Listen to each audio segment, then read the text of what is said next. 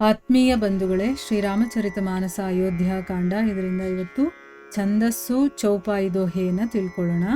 ಸುಹೃದ ಸುಜಾನು ಸುಸಾಹಿ ಬಹಿ ಬಹುದು ಕಹಬ್ ಬಡಿ ಖೋರಿ ಆಯಸು ದೇಯಿಯ ದೇವ್ ಅಬ್ ಸಬಯಿ ಸುಧಾರಿ ಮೋರಿ प्रभु पद पदुम पराग दोहाई सत्य सुकृत सुख सीव सुहाई सो करी कहूँ हिये अपने की रुचि जागत सोवत सपने की सहज स्नेह स्वामी सेवकाई स्वारथ चल फल चारि बिहाई आज्ञा सम न सुसाहिब सेवा सो प्रसादु जन पावई देवा अस कही प्रेम बिबस भये भारी पुलक शरीर बिलोचन बारी प्रभु पद कमल गहे अकुलाई समहु सनेहु न सो कही जाई कृपा सिंधु सनमानी सुबानी बैठाये समीप गही पानी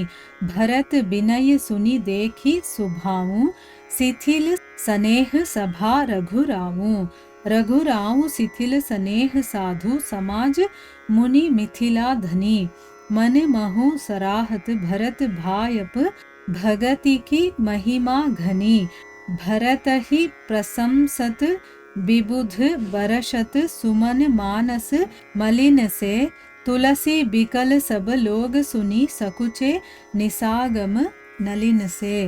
ಇವು ಚೌಪಾಯಿಗಳು, ದೋಹೆ ಮತ್ತೆ ಛಂದಸ್ಸು. ಈಗ ಇದರ ಅರ್ಥವನ್ನು ತಿಳ್ಕೊಳ್ಳೋದಕ್ಕೆ ಪ್ರಯತ್ನ ಮಾಡೋಣ. ಇಲ್ಲಿ ತುಳಸಿದಾಸರು ಹೇಳ್ತಾರೆ, ಭರತ ರಾಮನ ಗುಣಗಾನ ಮಾಡ್ತಾ ಇದ್ದಾನೆ. ಎಷ್ಟು ಕೃಪಾಳು ನೀನು, ಆದರೆ ನೀನು ನನ್ನನ್ನು ಸಲಹಿದೀಯಾ.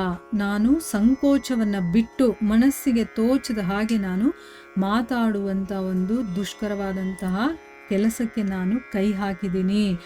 ನನ್ನ ಆತುರತೆ ಅಂತ ತಿಳ್ಕೊಂಡು ನೀನು ನನ್ನನ್ನು ಕ್ಷಮಿಸ್ಬಿಡು.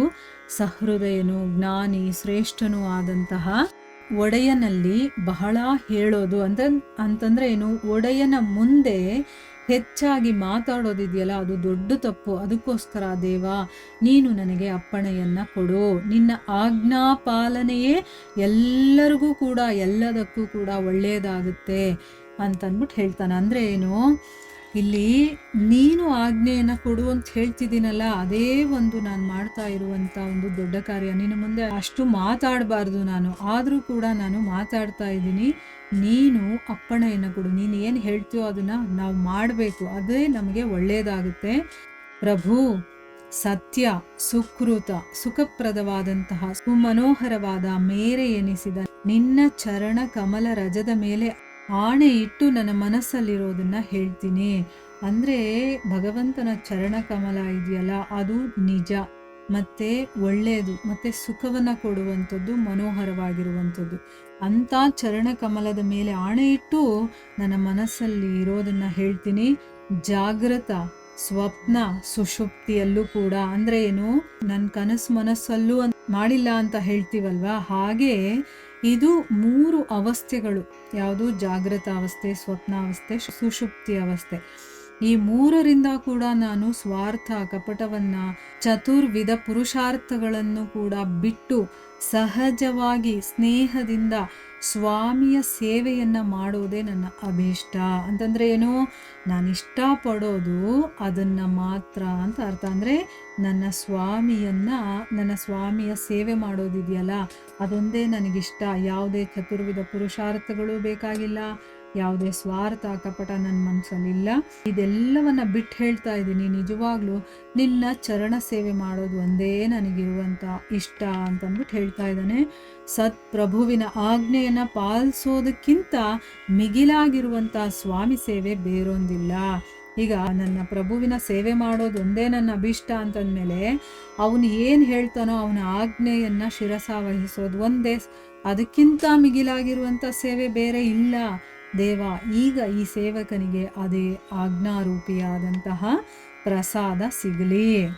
ಅಂದರೆ ನಾನಿಲ್ಲಿ ಬಂದಿದ್ದೀನಿ, ನನಗೆ ಪ್ರಸಾದವನ್ನು ಕೊಡು. ಏನು ಆ ಪ್ರಸಾದ ಅಂತಂದರೆ, ನಿನ್ನ ಆಜ್ಞೆ ಏನಿದೆಯೋ ಅದನ್ನು ನೀನು ಹೇಳಿದ್ರೆ ನಾನು ಅದನ್ನು ಮಾಡ್ತೀನಿ, ಅದೇ ನನಗೆ ಪ್ರಸಾದ ಅಂತಂದ್ಬಿಟ್ಟು ಹೇಳ್ತಾ ಇದ್ದಾನೆ. ಈಗ ಹೇಳಿ ಭರತ ಪ್ರೇಮ ಪರವಶನಾಗ್ತಾನೆ. ಅವನ ಶರೀರವೆಲ್ಲ ಪುಳಕಿತವಾಗುತ್ತೆ, ಕಣ್ಣುಗಳಲ್ಲಿ ಪ್ರೇಮಾಶ್ರುಗಳು ತುಂಬಿ ಬರುತ್ತೆ. ವ್ಯಾಕುಲನಾಗಿ ಅವನು ಶ್ರೀರಾಮನ ಪಾದಪದ್ಮಗಳನ್ನು ಹಿಡ್ಕೊಂಡ್ಬಿಡ್ತಾನೆ. ಈ ಒಂದು ಸಮಯದಲ್ಲಿನ ಅವರ ಪ್ರೇಮಾತಿರೇಕ ಇದೆಯಲ್ಲ, ಅದು ವರ್ಣನೆ ಮಾಡೋದಕ್ಕಂತೂ ಆಗೋದೇ ಇಲ್ಲ. ಕೃಪಾಸಿಂಧುವಾದಂತಹ ಶ್ರೀರಾಮಚಂದ್ರ ಮನೋಹರವಾದಂತಹ ಮಾತುಗಳಿಂದ ಭರತನನ್ನ ಗೌರವಿಸ್ತಾನೆ. ಅವನ ಕೈ ಹಿಡ್ಕೊಂಡು ತನ್ನ ಹತ್ರ ಕೂರಿಸ್ಕೊಳ್ತಾನೆ. ಭರತನ ಬಿನ್ನಹವನ್ನ ಕೇಳಿ ಅವನ ಸ್ವಭಾವವನ್ನ ಗಮನಿಸಿ ಇಡೀ ಸಭೆ ಮತ್ತೆ ರಘು ರಾಮ ಎಲ್ಲರೂ ಕೂಡ ಪ್ರೇಮ ವಿಹ್ವಲರಾಗ್ತಾರೆ. ಅಲ್ಲಿಂದ ಭರತ ಏನು ಅನ್ಕೊಂಡು ಬಂದಿದ್ದ, ರಾಮನನ್ನ ಕರ್ಕೊಂಡು ಹೋಗ್ಬಿಡ್ಬೇಕು. ಜನಗಳೆಲ್ಲ ಹಂಗೆ ಅನ್ಕೊಳ್ತಾರೆ. ಅಲ್ಲಿ ಹೋಗಿ ಇವನು ರಾಮನನ್ನ ಒಪ್ಪಿಸ್ತಾನೆ, ಹೇಗಾದರೂ ಮಾಡಿ ತನ್ನ ಮಾತನ್ನ ಕೇಳಬೇಕು ಅಂತ, ಹೀಗೆ ಅಂತ ಬೇರೆ ಬೇರೆ ರೀತಿಯಲ್ಲೆಲ್ಲ ಯೋಚನೆ ಮಾಡಿರ್ತಾರೆ. ಆದರೆ ಇಲ್ಲಿ ರಾಮನ ಭಕ್ತಿ ಅವನಲ್ಲಿ ಹೇಗಿದೆ, ಅವನನ್ನು ಹೇಗೆ ಅವನು ಪ್ರೀತಿಸ್ತಾನೆ, ಗೌರವಿಸ್ತಾನೆ ಅಂತ ನೋಡಿ, ಅವನಲ್ಲಿರುವಂಥ ಪ್ರೀತಿಯನ್ನು ನೋಡಿ ಇವರೆಲ್ಲರೂ ಕೂಡ ಪ್ರೇಮ ವಿಹ್ವಲರಾಗ್ತಾರೆ.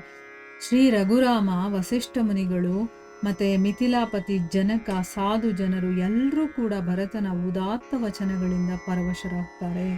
ಎಂಥ ಒಂದು ಉನ್ನತವಾದಂತಹ ಮಾತುಗಳನ್ನು ಆಡಿದ. ಎಲ್ಲರ ಮನಸ್ಸಲ್ಲಿ ಭರತನ ಭ್ರಾತೃತ್ವ ಅಂತಂದರೆ ಅವನ ಅಣ್ಣನಿಗೆ ಅವನು ಎಷ್ಟು ಗೌರವ ಕೊಡ್ತಾನೆ, ಆಮೇಲೆ ಅವನಲ್ಲಿರುವಂಥ ಅಪಾರ ಭಕ್ತಿ ಮಹಿಮೆಯನ್ನು ಕೊಂಡಾಡೋದಕ್ಕೆ ಶುರು ಮಾಡ್ತಾರೆ ಎಲ್ಲರೂ ಕೂಡ. ದೇವತೆಗಳು ಮಲಿನ ಮನಸ್ಸಿನಿಂದಾನೆ, ಅಂದರೆ ನೋಡಿ ಇಲ್ಲಿ ಅವ್ರ ಮನಸ್ಸಲ್ಲಿ ಒಳ್ಳೆಯ ಯೋಚನೆ ಇಲ್ಲ, ಇಲ್ಲಿ ಅವ್ರ ಮನಸ್ಸು ಕೆಟ್ಟದಾಗಿದೆ, ಮಲಿನವಾಗಿದೆ ಅಲ್ವಾ. ಅಂದರೆ ಹೇಗಾದರೂ ಮಾಡಿ ಭರತ ವಾಪಸ್ ಹೋಗ್ಬಿಡ್ಬೇಕು, ಈ ರೀತಿ ಏನೋ ಒಂದು ಕೆಟ್ಟ ಯೋಚನೆ ಮಾಡಿ ತಂತ್ರ ಮಾಡಿ ಕುತಂತ್ರ ಮಾಡ್ತಾ ಇದ್ದಾರಲ್ಲ, ಅಂಥ ಮನಸ್ಸಿನಿಂದಾನೇ ಭರತನನ್ನು ಹೊಗಳಿ ಹೂಮಳೆ ಸುರಿಸ್ತಾರೆ. ಅವನ ಒಂದು ಗುಣ, ಅವನ ಸ್ವಭಾವ ನೋಡಿ ಅವ್ರಿಗೆ ಇಷ್ಟ ಆಗ್ತಾ ಇದೆ. ಆದರೆ ಇಲ್ಲಿ ಅವ್ರಿಗೆ ಇವಾಗ ತಮ್ಮ ಸ್ವಾರ್ಥ ಕಾರ್ಯ ಆಗಬೇಕು, ಅವ್ರ ಕೆಲಸ ನಡಿಬೇಕು ಅಂತ ಏನೇನೋ ಪ್ಲ್ಯಾನ್ ಎಲ್ಲ ಮಾಡ್ತಾ ಇದ್ದಾರೆ. ಆ ಕೆಲಸಕ್ಕೆ ಅವ್ರು ಇಂಪಾರ್ಟೆನ್ಸ್ ಕೊಡ್ತಾರೆ. ಆದರೆ ಇಲ್ಲಿ ಭರತನ ಮಹಿಮೆಯನ್ನು ನೋಡಿ, ಅವನ ಸ್ವಭಾವವನ್ನು ನೋಡಿ, ಅವನನ್ನು ಹೊಗಳಿ ಅವರು ಹೂಮಳೆಯನ್ನು ಸುರಿಸ್ತಾರೆ. ತುಳಸಿದಾಸರು ಹೇಳ್ತಾರೆ, ಜನರೆಲ್ಲರೂ ಕೂಡ ಭರತನ ಮಾತನ್ನು ಕೇಳಿ ರಾತ್ರಿಯಾದಾಗ ಕಮಲ ಹೇಗೆ ಸಂಕುಚಿತಗೊಳ್ಳುತ್ತೋ ಆ ರೀತಿ ಅವರೆಲ್ಲರೂ ಕೂಡ ಸಂಕೋಚಗೊಂಡು ವ್ಯಾಕುಲರಾಗ್ತಾರೆ. ಅಂದರೆ ಮುದುಡಿದ ಹಾಗೆ ಅಂತ ಅರ್ಥ. ಅವರೆಲ್ಲರೂ ಕೂಡ ಬಾಡ್ ಹೋದಾಗ ಆಗಿದೆ ಅವ್ರಿಗೆ. ಭರತನ ಚರಿತ್ರೆ ತುಂಬ ಮಹತ್ತರವಾಗಿರುವಂಥದ್ದು. ಅವನ ಗುಣ ಆಗಿರ್ಬೋದು, ಅವನ ಸ್ವಭಾವ ಆಗಿರ್ಬೋದು, ಅವನ ನಡವಳಿಕೆ ಆಗಿರ್ಬೋದು, ಅವನಲ್ಲಿರುವಂಥ ಭಕ್ತಿ ಪ್ರೀತಿ, ಅದನ್ನೆಲ್ಲ ನಾವು ಅನುಭವಿಸ್ಬೇಕು. ಅನುಭವಿಸಿದಾಗ ಮಾತ್ರನೇ ನಮಗೆ ಅವನು ಎಷ್ಟು ವಿಶೇಷ ಅನ್ನೋದು ಗೊತ್ತಾಗೋದು. ಎಲ್ಲ ಕಡೆ ನಾವು ರಾಮ ಲಕ್ಷ್ಮಣನ ಬಗ್ಗೆ ಕೇಳಿರ್ತೀವಿ, ಆದರೆ ಭರತ ತುಂಬ ಇಂಪಾರ್ಟೆಂಟ್ ಕ್ಯಾರೆಕ್ಟರ್ ಇದ್ದಾರೆ. ಅಲ್ಲಿ ಅವನ ಚರಿತ್ರೆಯನ್ನು ಸಂಪೂರ್ಣವಾಗಿ ಬರೆದಿರೋರು ಇದ್ದಾರೆ, ಬೇಕಾದಷ್ಟು ಜನ ಬರೆದಿರ್ತಾರೆ. ಆ ಭರತನ ಒಂದು ಚರಿತ್ರೆ ಏನಾದರೂ ಸಿಕ್ಕಿದ್ರೆ ಅದನ್ನು ತಗೊಂಡು ಓದಿದಾಗ ಅವನಲ್ಲಿರುವಂಥ ಭಕ್ತಿ ಪ್ರೀತಿ ಏನು ಅನ್ನೋದು ನಮ್ಗೆ ಅರ್ಥ ಆಗುತ್ತೆ. ಇಂಥ ಭಕ್ತರ ಚರಿತ್ರೆಗಳನ್ನು ನಾವು ಓದಬೇಕು. ಭಗವಂತನಿಗಿಂತ ಭಕ್ತರ ಚರಿತ್ರೆಗಳು ತುಂಬ ಇಂಪಾರ್ಟೆಂಟ್ ಆಗಿ ನಾವು ತಿಳ್ಕೋಬೇಕಾಗಿರುವಂಥದ್ದು. ಹಿಂದೆನೇ ನಾವು ಕೇಳಿದ್ವಿ, ಏನು ಹೇಳಿದರೆ ಭರತನ ಚರಿತ್ರೆಯನ್ನು ಕೇಳಿದವರ ಜೀವನ ಇದೆಯಲ್ಲ ಅದು ಸಾರ್ಥಕವಾಗುತ್ತೆ ಅಂತಂದ್ಬಿಟ್ಟು.